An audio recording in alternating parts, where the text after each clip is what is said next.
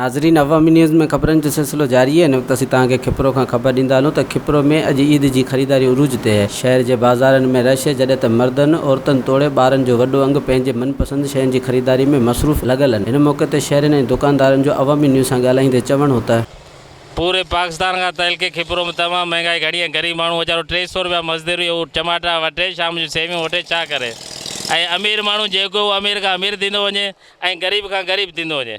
ही जेके भी अमीर आहिनि उहे पंहिंजा घर बंगला ठाहे वठनि, गरीब वीचारे मरण जो उनखे कफन नथो मिले। महिरबानी माण्हू अमीर जेके भी आहिनि असांजे बंगलनि एसियुनि में सुधार, गरीब वीचारो वञे केॾां। हाणे अपील था कयूं त हुकूमत खे, इमरान खान पठान खे ऐं ख़ासि करे बिलाल खे त पाण गरीब आवाम जो कुछ कयो वञे। हर शइ जे करे महांगी लगी पई आहे।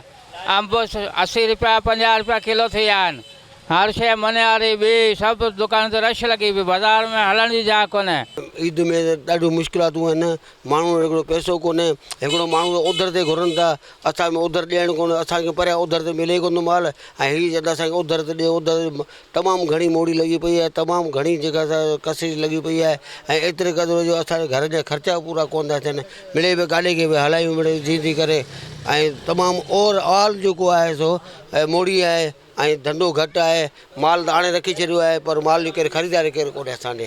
जाम ॿीड़ी महांगाई आहे न। अरे कपिड़ा ॿारनि जा सूट बि ख़रीद कया, कपिड़ा अॻे भेट में महांगा मिलिया आहिनि जाम। ॿार ना कुछ वरिता न, कुछ पंहिंजा वरिता न। ॿारनि जे लाइ वरितियूं आहिनि, जूतियूं के वाचूं के कपिड़ा वग़ैरह। न ई त सही आहे, माशाल्लाह सुठा रेट आहिनि दुकाननि जा, पर महंगाई कोन्हे। फारिग बैठे हुए थे, लास्ट वीक के अंदर कुछ सही काम चला है।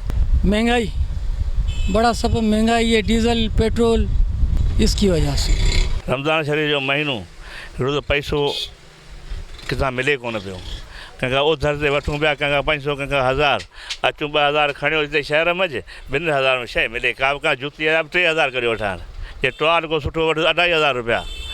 हाँ वञूं केॾां, अस परेशान आहियूं। असुलु वजह इहा आहे, इहो जेको की बहिरान जेको थियो, जेको इहो वधियो या डीज़ल वधियो, असुलु महांगाई इन करे वधी आहे। महिरबानी, तमामु सुठी ख़रीदारी रही आहे। हिन साल महंगाई जे करे हर आवाम जी रड़ पइजी वई आहे।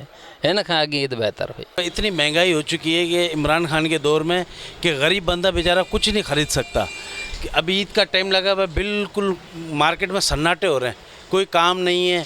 1000 रुपये कमाने वाला भी शाम को क्या जूती ले, कपड़े ले या घर का सामान ख़रीदे, क्या ख़रीदे। सब्जियां भी महंगी, दुकान के सामान भी महंगे, चप्पलें महंगी। 1000 रुपये में कुछ नहीं होता।